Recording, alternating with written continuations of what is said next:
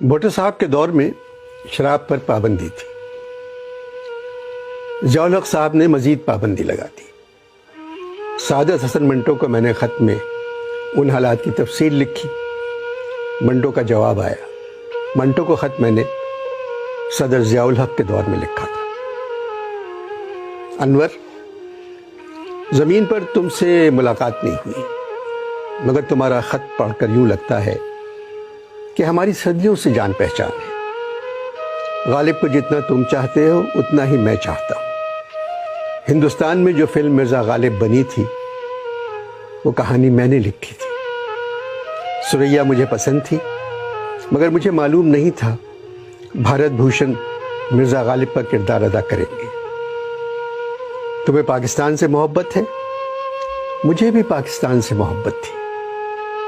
Partition کے بعد عصمت چغتائی نے مجھ سے کہا، آپ پاکستان جا کر کیا کریں گے؟ میں نے کہا، عصمت، وہاں ہم ہی ہم ہوں گے۔ مگر میں پاکستان بننے کے 8 سال بعد دنیا چھوڑ آیا۔ عمر کیا تھی میری؟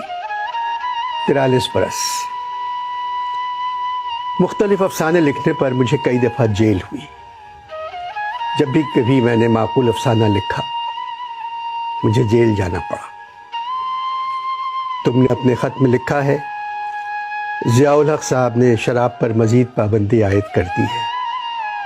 پاکستان میں اگر 2 لاکھ انسان شراب پیتے تھے تو دیکھنا پابندی لگنے کے بعد 2 کروڑ انسان شراب پیئیں گے۔ بات سنو، اگر تم لوگ چاہتے ہو کسی چیز کو ختم کرنا تو اس کی طرف دھیان دینا چھوڑ دو، وہ خود بخود ختم ہو جائے گی۔ دیکھو، میں نے اپنی صحت کی طرف دھیان نہیں دیا، خود بخود ختم ہو گئی۔ میرے پاکستان اور تمہارے پاکستان میں جو سب سے بڑا فرق ہے وہ یہ ہے، میرے زمانے میں لوگ گھروں میں نماز پڑھتے تھے اور گھر سے باہر جا کر شراب پیتے تھے۔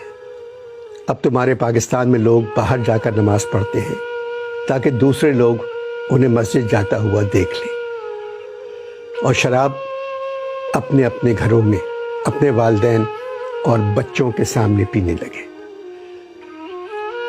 مجھ پر الزام تھا میں فحش لکھتا ہوں۔ تم بتاؤ، اس تہذیب پہ کپڑے کس طرح اتارتا جو پہلے سے ننگی تھی؟